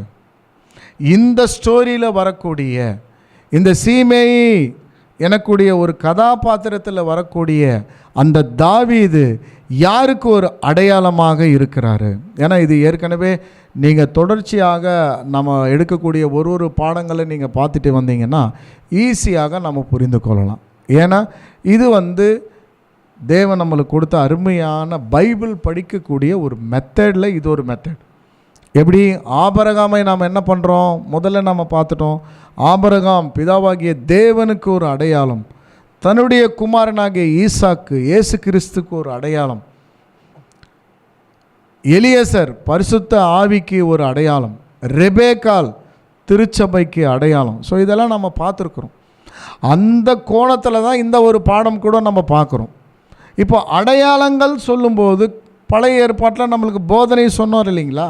இப்போ நம்ம ரோமரில் கூட பவுல் சொன்னபடி அப்போ அடையாளம் எடுத்துக்கொள்ளும்போது தாவீது இங்கு யாருக்கு ஒரு அடையாளமாக இருக்கிறாருன்னா நம்முடைய கர்த்தராகிய இயேசு கிறிஸ்துக்கு ஒரு அடையாளமாக இருக்கிறாரு. இயேசு கிறிஸ்துக்கு எப்படி பேர் அடையாளமாக இருக்கிறாரு ಅನ್ನும்போது இயேசு கிறிஸ்துக்கு அவர் அடையாளமாக இருக்கிறாரு தாவீது இந்த கதாபாத்திரத்தில் மட்டும். தயவுசெய்து நீங்கள் என்ன பண்ணீங்கன்னா தாவீதனுடைய முழு வாழ்க்கையை நம்ம இயேசு கிறிஸ்துக்கு அப்ளை பண்ண முடியாது. ஏன்னா அப்ளை பண்ணும்போது ரொம்ப கேர்ஃபுல்லாக இருக்கணும். சில விஷயங்கள் பார்த்தீங்கன்னா தேவனுக்கு கூட தாவீதனுடைய லைஃப் அப்ளை பண்ணலாம் அடையாளமாக. ஆனால் சில இடத்துல பார்த்தீங்கன்னா தாவீது சாத்தானுக்கு கூட கம்பேர் பண்ணலாம். ஸோ அதெல்லாம் வேறு. இதில் வரக்கூடிய கதாபாத்திரத்தில் நாம் தாவீதனுடைய வாழ்க்கை யாருக்கு நாம் அடையாளப்படுத்தி பார்க்கலான்னா நம்முடைய கர்த்தராகிய இயேசு கிறிஸ்துவுக்கு நாம் அடையாளப்படுத்தி பார்க்கலாம். இயேசு கிறிஸ்து சொல்லும்போது முதல் வருகைக்கு நாம் அடையாளப்படுத்தி பார்க்கலாம். எப்படிங்க விதர் நீங்கள் சொல்கிறீங்க? சொல்லும்போது பாருங்கள், தாவீதினுடைய வாழ்க்கையில் அவர் அரசாட்சி செய்யும்போது அவர் எப்போ பதவியை ஏற்றுக்கொண்டாரோ, ராஜாவாக எப்போ அபிஷேகம் பண்ணப்பட்டாரோ, அது முதற்கொண்டு மரணிக்கிற வரலாம் அவருக்கு பிரச்சனைகள் தான். இதை நாம் எப்படி கொண்டு வரோம்னா, கர்த்தராகிய இயேசு கிறிஸ்துவினுடைய வாழ்க்கையில் நம்ம பார்க்கும்போது அவருடைய பிறப்பிலிருந்து அவர் முதலாம் வருகையில் மரிக்கிற வரலாம் அவருக்கு பிரச்சனைகள் தான். தாவீதுக்கு என்ன மாதிரி ஒரு பிரச்சனைகள் வந்ததோ அதே மாதிரி நம்முடைய கர்த்தராகிய இயேசு கிறிஸ்துவுக்கு பார்க்குறோம். அவர் வாழ்நாள் முழுவதும் பிரச்சனைகள் தான். இதுக்கு தான் நாம் என்ன பண்ணுறோம்னா, தாவீதினுடைய வாழ்க்கை முதல் வருகைக்கு நாம் என்ன பண்ணுறோம்னா கம்பேர் பண்ணி பார்க்குறோம் சகோதர சகோதரிகளே. அப்போ அங்கே ஒரு சம்பவம் நடக்குது பாருங்கள். சீமேய் எனக்கூடிய ஒரு மனிதன் அங்கே என்ட்ராகிறாரு. இந்த சீமேயி யாருக்கு ஒரு அடையாளமாக இருக்கிறார் என்னும்போது உலக ஜனங்களுக்கு ஒரு அடையாளமாக இருக்கிறாரு. ஸோ பிறகு நாம் சபைக்கு அடையாளமாக எப்படி ஆகிறார் சீமைன்றது நம்ம பிறகு பார்க்கலாம். இப்போ நாம் என்ன பண்ணலாம்னா, இந்த சீமையை நம்ம யாருக்கு பொருத்தி பார்க்கலாம், யாருடைய வாழ்க்கைக்கு பொருத்தி பார்க்கலாம்னா, இந்த உலகத்தில் இருக்கக்கூடிய எல்லா ஜனங்களையும் நாம் ஒப்பிட்டு பார்க்கலாம். ஏன்னா தாவீது யார், தாவீது எப்பேற்பட்டவர், தாவீது எப்படி நடந்து கொண்டார், தேவனுக்கு அவர் எப்படி பயந்து நடந்தார், இந்த விஷயம் எல்லாம் சீமைக்கு தெரியவே தெரியாது. அதே மாதிரி இந்த உலகத்தில் இருக்கக்கூடிய ஜனங்கள் அனைவருக்குமே இயேசு கிறிஸ்து யார், இயேசு கிறிஸ்து இந்த உலகத்துக்கு எதுக்கு வந்தார், இயேசு கிறிஸ்து என்ன செஞ்சார், நமக்காக தன்னுடைய ஜீவனையே கொடுத்தார், இதெல்லாம் அவங்களுக்கு தெரியவே தெரியாது. ஏன் இன்னும் பார்த்தீங்கன்னா நிறைய பேர் பைபிள் என்ன பண்ணுறாங்கன்னா எரிக்க ஆரம்பிக்கிறாங்க, கர்த்தராகிய இயேசு கிறிஸ்துவை தூசிக்க ஆரம்பிக்கிறாங்க. கற்களை எப்படி அவர் எரிந்து பேலியாளிகளுடைய மகனை தொலைந்து போ சொன்னார் இல்லைங்களா, அதே மாதிரி இந்த உலகத்தில் இருக்கக்கூடிய ஜனங்கள் எல்லாருமே கர்த்தரை என்ன பண்ணுறாங்கன்னா தூசிக்கக்கூடிய வேலைகள் செய்கிறாங்க. ஆனால் அப்படி செய்தாலும் கூட தாவீது எவ்வளோ பொறுமையாக இருந்தார். அதே மாதிரி கர்த்தராகிய இயேசு கிறிஸ்து கூட நம்ம பார்க்கும்போது ஒரு வார்த்தை கூட பேசலை. பாருங்க என்ன எக்ஸாக்டாக மேட்ச் ஆகுது பாருங்க.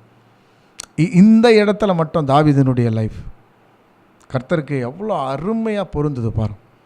அவர் சொல்கிறாரு, அபிசாய் கோவப்படும் போது, அபிசாய் உனக்கும் எனக்கும் என்ன, இவன் தூசிக்கட்டும் அதை தேவன் என்ன பண்ணார்னா அனுமதித்திருக்கிறார். இதே விஷயம் கர்த்தருடைய வாழ்க்கையில் நம்ம பார்க்குறோம். பிலாத்து சொல்கிறாரு, இப்போ சொல்லுங்கள் கர்த்தர், உங்களை நான் விடுதலை பண்ணுறதுக்கு கூட எனக்கு அதிகாரம் இருக்குன்றார். இப்போ கர்த்தர் ஒரு வார்த்தை சொல்கிறாரு, பரத்திலிருந்து ஒரு ஈவு கொடுக்க முடியவில்லை என்றால் நீ என்ன பண்ண முடியும்? என்ன மேட்ச் பாருங்கள். அந்த தாவீது பேசின விஷயத்துக்கும் கர்த்தர் பேசின விஷயத்துக்கும் எவ்வளோ எக்ஸாக்டாக பொருந்தது பாருங்கள். இப்போ பிலாத்து என்ன சொல்கிறாரு, கர்த்தரை விடுதலை செய்யணும்னு பார்க்குறாரு. ஆனால் கர்த்தர் என்ன சொல்கிறாரு, நீ என்னப்பா என்னை விடுதலை செய்கிறது, நான் இப்படித்தான் வந்து மரிக்கணும்னு தேவன் ஆல்ரெடி பரலோகத்தில் முடிவு செய்த விஷயம் இது. இந்த முடிவு செய்த விஷயத்தை நீ எப்படி மாற்ற முடியும், நான் எப்படி மாற்ற முடியும்?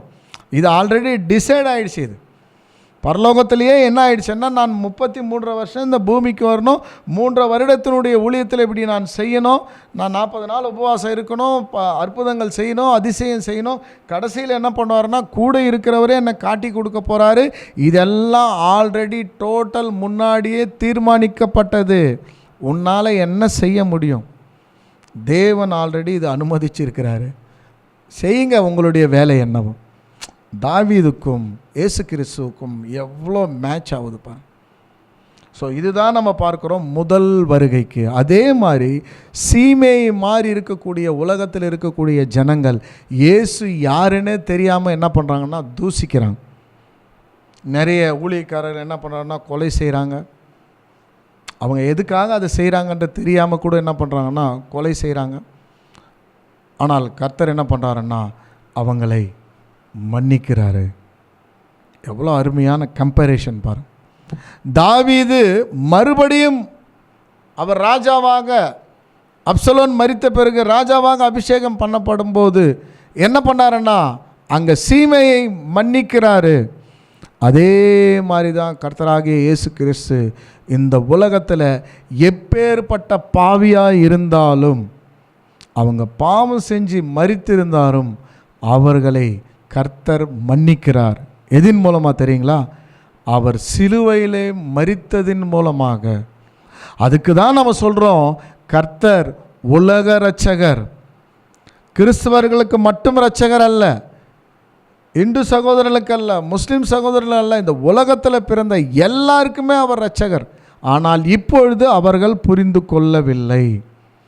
ஆனால் ஒரு காலத்தில் அவங்க புரிஞ்சிக்குவாங்க. எப்போ? கர்த்தருடைய 1000 ஆண்டு அரசாட்சி, இயேசுவினுடைய 2ஆம் வருகை வரும்போது அவர்கள் புரிந்து கொள்வாங்க சகோதர சகோதரின்னு. ஸோ அதுதான் பார்க்குறோம், மன்னிக்கிறார். அதே மாதிரி இந்த உலகத்தில் இருக்கக்கூடிய ஜனங்கள் எல்லாருமே மன்னிக்கிறார். ஆனால் மன்னிச்சிட்டாரு. சாலமோன் மறுபடியும் தாவீதுக்கு அடுத்த நிலையிலாக ராஜாவாக அபிஷேகம் பண்ணப்படுறாரு. ஆனால் தாவீது சொல்கிறார், அவரை கொலை பண்ணுங்கன்றாரு. ஆனால் அவர் என்ன பண்ணலன்னா கொலை செய்யலை. இப்போ இந்த சாலமோன் யாருக்கு அடையாளமாக இருக்கிறார்? தாவீதை நம்ம பார்த்துட்டோம், கர்த்தராகிய இயேசு கிறிஸ்துக்கு அடையாளம். சீமையை பார்த்துட்டோம், உலக ஜனங்களுக்கு அடையாளம். சாலமோன் யாருக்கு அடையாளம் சொல்லும்போது சகோதர சகோதரிகளே, அதுவும் கர்த்தராகிய இயேசு கிறிஸ்துக்கு தான் அடையாளம். என்னங்க பிரதர், தாவீதையும் இயேசு கிறிஸ்துக்கு அடையாளப்படுத்திட்டீங்க, சாலமோனையும் இயேசு கிறிஸ்துக்கு அடையாளப்படுத்துறீங்க, எப்படிங்க பிரதர்னா? அதுதான் நம்ம சொல்லிட்டோம். இயேசு கிறிஸ்து வந்து 2 ஒரு வாழ்க்கை இருக்கிறது நம்ம பார்க்குறோம். அல்லது 2 இயேசு கிறிஸ்துவுக்கு 2 அரசாட்சி கூட நம்ம சொல்லலாம். சரி, அரசாட்சி நாம் சொல்லும்போது 2 வகையான ஆளுகை கூட நம்ம சொல்லலாம். அப்போ இது என்ன பிரதர் நம்ம சொல்லும்போது, இயேசு கிறிஸ்துவனுடைய 2 வாழ்க்கையில் நாம் பார்க்குறோம். முதல் வாழ்க்கை அது என்ன வாழ்க்கைன்னா, தாவீதினுடைய வாழ்க்கைக்கு ஒரு அடையாளம், முதல் லைஃப். ஆனால் முதல் வருகை தாவீதுக்கு அடையாளமாக இருக்குது. 2ஆம் வருகை கர்த்தராகிய இயேசு கிறிஸ்துக்கு சாலமோன் ஒரு அடையாளமாக இருக்கிறார். எப்படிங்க பிரதர் என்னும்போது, தாவீது யுத்தம் செஞ்சார், நிறைய பிரச்சனைகளை சந்தித்தார். ஆனால் சாலமோன் ஒரு யுத்தம் கூட பண்ணல. அதே மாதிரி தான் இயேசு கிறிஸ்து முதல் வருகையில் பாடுகள் உபத்திரவங்களை சகித்தார். ஆனால் 2ஆம் வருகையில் அவர் என்ன பண்ணுறது இல்லைன்னா, பாடுகள் உபத்திரவங்கள் இல்லை. ஞானமாக சாலமோன் எப்படி அரசாட்சி நடத்தினாரோ அதே மாதிரி கர்த்தரும் என்ன பண்ணுவார்னா அரசாட்சி பண்ணுவார். ஸோ இந்த 2 வாழ்க்கையும் கர்த்தருடைய 2 வருகைக்கு நாம் என்ன பண்ணுறோம்னா அடையாளப்படுத்தி நாம் பார்க்குறோம். 2 வருகைக்கு நாம் என்ன பண்ணுறோம், அவருடைய வாழ்க்கையை நாம் அப்ளை பண்ணி பார்க்குறோம். ஸோ அப்படி நம்ம பார்த்துட்டு இப்போ நம்ம என்ன பண்ண போகிறோம்னா, அந்த ஜனங்களை, உலக ஜனங்களை அவர் மன்னிக்கிறார். அவருடைய சிலுவை மரணத்தின் மூலம் மன்னிச்சுட்டு என்ன பண்ணுறாருன்னா, கிறிஸ்துவினுடைய ஆளுகையில், சாலமோனுடைய ஆளுகையில் எப்படி சீமையை கூப்பிட்டு ஒரு விஷயம் சொன்னார் இல்லைங்களா, எருசலேமை விட்டு போகாதன்னார் இல்லைங்களா, அதே மாதிரி இயேசு கிறிஸ்துவனுடைய 2ஆம் வருகை வரும்போது ஆதாமுக்குள்ள மரித்த எல்லாரையும் உயிரோடு கொண்டு வந்து, யாராவது இருக்கட்டும், அவங்க எல்லாருமே ஆதாமுக்குள்ளான ஒரு மரணம், அந்த மரித்தவர்களை மறுபடியும் உயிர்த்தெழுதல் கொடுக்க போகிறாரு. அதுதான் நம்ம நிறைய பாடத்தில் படிச்சிருக்கிறோம். 1 கொரிந்தியர் 15ஆம் அதிகாரம் 22ஆம் வசனத்தில் ஆதாமுக்குள் எல்லாம் மரிக்கிறது போல கிறிஸ்துவுக்குள் எல்லாம் உயிர்ப்பிக்கப்படுவார்ன்றது நம்ம பார்த்தோம். ஸோ அந்த கோணத்தில் நம்ம பார்க்கும்போது சகோதர சகோதரிகளே, இங்கே என்ன பண்ணுறாருன்னா, சாலமோன் சீமையை மறுபடியும் அழைத்து, அதை குறிக்குதுன்னா 1000 ஆண்டு அரசாட்சியில் மரித்து போன எல்லாருமே உயிரோடு கொண்டு வர போகிறான். என்ன அருமையான சத்தியம் பாரு. உண்மையிலே இதை படிக்கும்போது எனக்கு அவ்வளோ சந்தோஷமாக இருக்குது. ஒருத்தர் கேன்சர் பேஷண்ட்டு, அவர் மரிக்கும்போது அவர் என்ன சொல்கிறாருன்னா, நான் ஒரு தவறு பண்ணிட்டேன், அதன் மூலமாக இந்த வியாதி எனக்கு வந்தது, இந்த வியாதியிலிருந்து யாராவது என்னை குணம் பண்ணாங்கன்னா என் வாழ்நாள் முழுவதில் அவங்கள நான் மறக்க மாட்டேன்றான். ஸோ எய்ட் பேஷண்ட்டும் சரி, ஹார்ட் அட்டாக்கில் மரிக்கிறவங்க, மரிக்கக்கூடிய எல்லாருமே கடைசி தருவாயில் சொல்லக்கூடிய வார்த்தை என்னன்னா, அவர் இந்துவாக இருந்தாலும், முஸ்லீமாக இருந்தாலும், கிறிஸ்டினாக இருந்தாலும், கடவுள் இல்லைன்னு சொல்கிறவராக இருந்தாலும், யாராக இருந்தாலும் எனக்கு மறுபடியும் ஒரு வாழ்க்கை நீங்கள் கொடுத்தீங்கன்னா என் வாழ்க்கையில் எப்பேற்பட்ட ஒரு தவறு நான் பண்ண மாட்டேன். அந்த எண்ணங்களோடு மரிச்சிருக்கிறார். இப்போ அவருக்கு என்ன பண்ணணும்? அதுதான் அவருக்காகவும் கர்த்தர் ஜீவன் கொடுத்துருக்கிறார். கண்டிப்பாக அது ஆதாமுக்குள்ளான மரணம். மறுபடியும் அவங்க உயிர் தேர்ந்து வரப்போகிறோம். பாருங்கள், எப்படி சீமையை அவர் மன்னித்தாரோ அதே போல் இவர்களையும் மன்னித்து கர்த்தராகிய இயேசு கிறிஸ்து மறுபடியும் உயிர் தேர்தல் கொடுக்குறார். யாருக்கு? உலகத்தில் இருக்கிற எல்லாருக்கும். அவங்க விபத்தில் மரிச்சிருந்தாலும் சரி, தீக்குளித்து இறந்து போயிருந்தாலும் சரி, தூக்கு போட்டு இறந்து போயிருந்தாலும் சரி, அவங்களுடைய வாழ்க்கை ரொம்ப பாவம் செய்திருந்தாலும் சரி, அவங்க என்ன செஞ்சு மரிச்சிருந்தாலும் மறுபடியும் ஒரு வாழ்க்கை கர்த்தர் கொடுக்குறார். இது தாங்க பைபிள். இந்த உலகத்தில் யாருமே சொல்லாத ஒரு விஷயத்தை வேதாகமம் சொல்லுது. மரித்த அனைவருக்கும் உயிரோடு இருக்குது. ஆனால் ஒரு விஷயம் அங்கே சொல்கிறாரு, எருசலேமை விட்டு வெளியில் போகக்கூடாது. அப்போ உயிர் தெழுந்து வரக்கூடியவர்கள் அனைவருமே என்ன பண்ணக்கூடாதுன்னா சீமையை மாறி எருசலேமிலே குடியிருக்கணும். இப்போ எருசலேம் எதை குறிக்குதுங்க பிரதர்ன்னு சொல்லும்போது, எருசலேம் தான் குறிக்குது சத்தியம். எருசலேமிலிருந்து சத்தியம் வரும் வசனம் இருக்குது. அப்போ எருசலேம் இங்கே எதை குறிக்குதுன்னு பார்க்கும்போது சத்தியத்தை குறிக்குது. அப்போ இந்த உலகத்தில் இருக்கக்கூடிய ஜனங்கள் எல்லாருக்குமே இயேசுவினுடைய இரண்டாம் வருகை, அவருடைய ராஜ்யம் ஸ்தாபிக்கப்படும் போது எல்லாருமே சத்தியத்தை கற்றுக்கொள்வாங்க. எல்லாருமே சத்தியத்தை படிப்பாங்க. இப்போ நாம் சொல்கிற சத்தியத்தை கேட்க மாட்டாங்க. ஏன்? நிறைய ஊழியங்கள் நடக்குது, ஆனால் ஏன் இன்னும் சத்தியத்தை நிறைய பேர் கேட்க மாட்டாங்கன்னும் போது சாத்தான் இன்னும் இங்கே இருக்கிறார், உயிரோடு இருக்கிறார். சாத்தான் இருக்கிறவரெல்லாம் விட்டுருவாருங்களா அவர்? அப்போ சாத்தானை கிறிஸ்து 1000 வருஷம் கட்டப்படும் போது இந்த உலகத்தில் இருக்கக்கூடிய ஜனங்கள் எல்லாருமே என்ன கற்றுக்கொள்வாங்கன்னா கர்த்தர் யார்ன்றது கற்றுக்கொள்வாங்க. பாருங்கள், சாலமோன் அவருக்கு கூப்பிட்டு என்ன பண்ணாருன்னா மன்னிப்பு கொடுத்து நீங்கள் எருசலேமிலே குடியிருங்கன்னு. இப்போ எருசலேம் குறிக்குது சத்தியம். அப்போ எல்லாருமே சத்தியத்தை கேட்கணும். ஒரு கேள்வி கேட்கலாம், பிரதர், ஏன் பிரதர் அவங்கள தான் ஜீவன் கொடுத்து உயிரோடு எழுப்பிட்டார் இல்லையா, ஏன் அவங்க சத்தியத்தை கேட்கணும் போது இங்கே தான் ஒரு முக்கியமான ஒரு விஷயம் இருக்குது சகோதர சகோதரி. என்னன்னா, ஒருத்தர் மரிக்கிறாருன்னா, இப்போ ஒரு வேளை நான் எடுத்துங்க, நான் இரவு ஹார்ட் அட்டாக் வந்து நான் மரித்து போயிட்டேன்னா இரவு மரித்தது தான் எனக்கு தெரியும். ஆனால் நான் உயிர் தேழும்போது என்ன நடக்கும்னா, நான் மரித்து எப்படியும் ஒரு 500 வருஷம் இருந்திருக்கும் அல்லது ஒரு 1000 வருஷம் இருந்திருக்கும். அப்போ அந்த 1000 வருஷம் 500 வருஷம்னும் போது எனக்கு தெரியாது இது எல்லாமே. ஆனால் என்னுடைய நினைவில் என்ன இருக்குன்னா, இரவு மரிக்கும்போது வலி வந்தது, அப்படியே நான் இறந்து போயிட்டேன், அதுதான் எனக்கு தெரியும். மறுபடியும் கர்த்தர் உயிர் தேர்ந்து வரும்போது தான் அவருக்கு எப்படி இருக்கும்னா இரவு தூங்கின மாதிரி காலையில் எழுந்திருக்கிற மாதிரி தான் இருக்கும். ஆனால் அதில் இடைப்பட்ட காலங்கள் எவ்வளோ? 500 வருஷமாக இருக்கலாம், 200 வருஷமாக இருக்கலாம், 100 வருஷமாக இருக்கலாம், 1000 வருஷமாக இருக்கலாம், அதெல்லாம் அவங்களுக்கு தெரியாது. இப்போ அவர் எப்படி மரித்தார்? ஒருவேளை நான் மரிக்கும்போது ஒரு ட்ரிங்க் சாப்பிட்டு ஃபுல்லாக அப்படி நான் மரிச்சிருந்தேன்னா அதே எண்ணங்களோடு தான் நான் உயிர் தேர்ந்து வருவேன். ஆனால் கர்த்தர் வந்து சிலுவையில் ஜீவன் கொடுத்தார். யாருக்கு? உலகத்தில் இருக்கக்கூடிய ஜனங்கள் அனைவருக்கும் கர்த்தர் ஜீவன் கொடுத்துருக்கிறார். மறுபடியும் அவர்கள் உயிர் தெழுந்து வருவதற்காகத்தான் ஜீவன் கொடுத்துருக்கிறாரே தவிர சிந்தைக்கு அவர் ஜீவன் கொடுக்கல.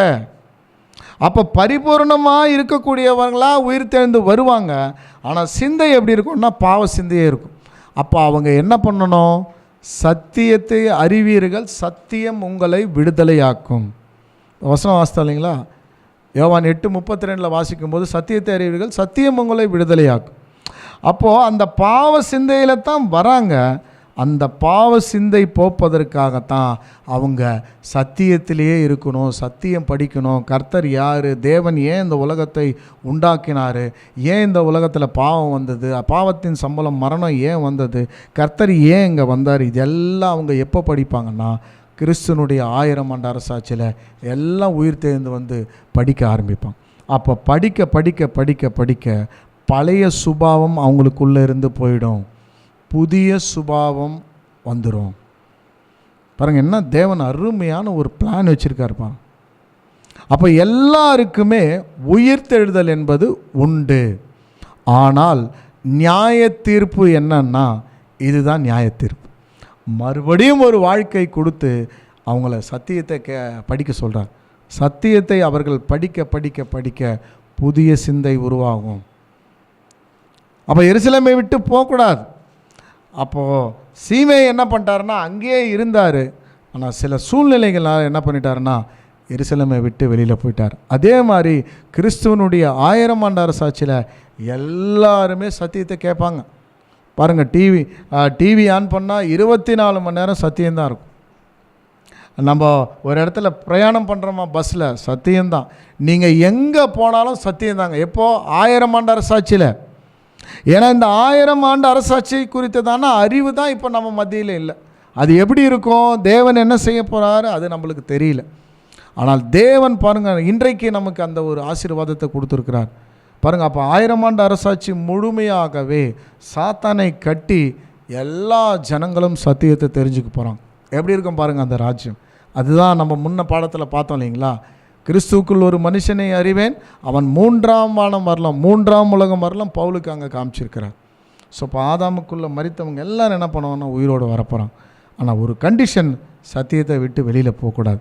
எப்படிங்க பிதர் 1000 ஆண்டு அரசாட்சியில் சாத்தானே இல்லைன்னா எப்படிங்க பிதர் அவங்க அந்த சத்தியத்தை விட்டு வெளியில் போக முடியணும் போது, 1000 ஆண்டு அரசாட்சி முடியும் போது சாத்தான் என்ன பண்ணுறாருன்னா வெளியே கட்டவிழ்த்து விடுறார். வெளிப்படுத்தின விசேஷத்தில் வரும்.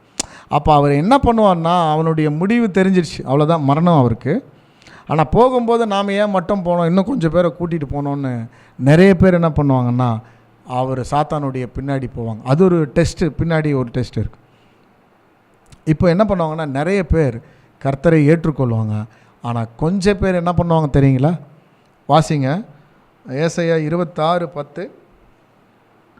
துன்மார்கனுக்கு தயவு செய்தாலும் நீதியை கற்றுக்கொள்ளான், நீதியுள்ள தேசத்திலும் அவன் அநியாயம் செய்து கர்த்தருடைய மகத்துவத்தை கவனியாதே போகிறான்.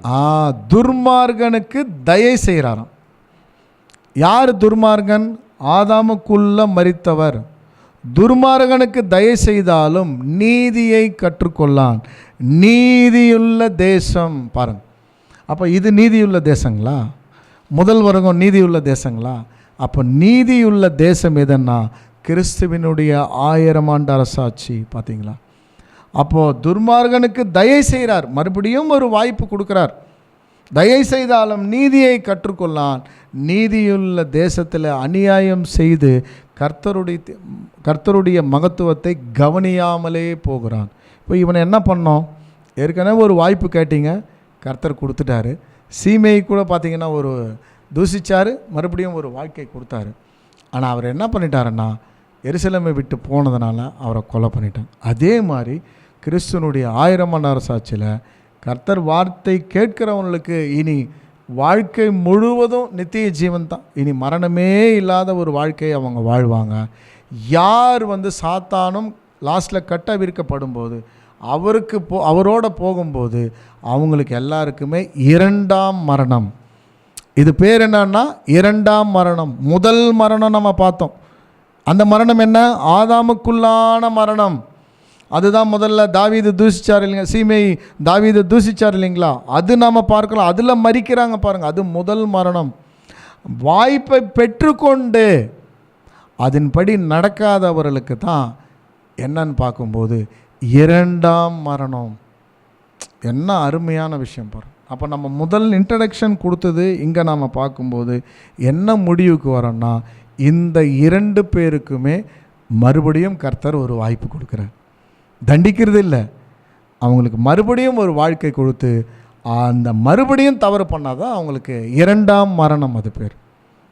ஸோ அப்போ சகோதர சகோதரிகளே, தேவன் ஒரு பெரிய கிருபை இன்றைக்கு நமக்கு செஞ்சிருக்கிறார். இந்த சீமேயினுடைய வாழ்க்கையின் மூலமாக எவ்வளவு பெரிய ஒரு பாடத்தை நாம் என்ன பண்ணுறோன்னா கற்றுக்கொண்டு இருக்கிறோம் பாருங்கள். அப்போ பழைய ஏற்பாட்டில் நாம் பார்க்கும்போது நிறைய சத்தியங்கள் இருக்குங்க இந்த மாதிரி. அப்போ ஒவ்வொரு சத்தியங்கள் படிக்கும்போது தேவன் நமக்கு அநேக விதமான பாடங்களை வைத்திருக்கிறார். அந்த வகையில் நம்ம பார்க்கும்போது அந்த 2 சகோதரர்கள் கூட உயிர் தெழுந்து வரப்போகிறாங்க. அந்த மாதிரி இந்த உலகத்தில் மரித்த எல்லாருமே உயிரோடு வருவாங்க என்பதற்கான ஒரு அருமையான சத்தியம் பழைய ஏற்பாட்டின் மூலமாக சீமையின் மூலமாக நம்ம பார்த்தோம். பொறுமையோடு கேட்ட அனைவருமே தேவன் தாமே ஆசீர்வதிப்பாராக. ஆமென்.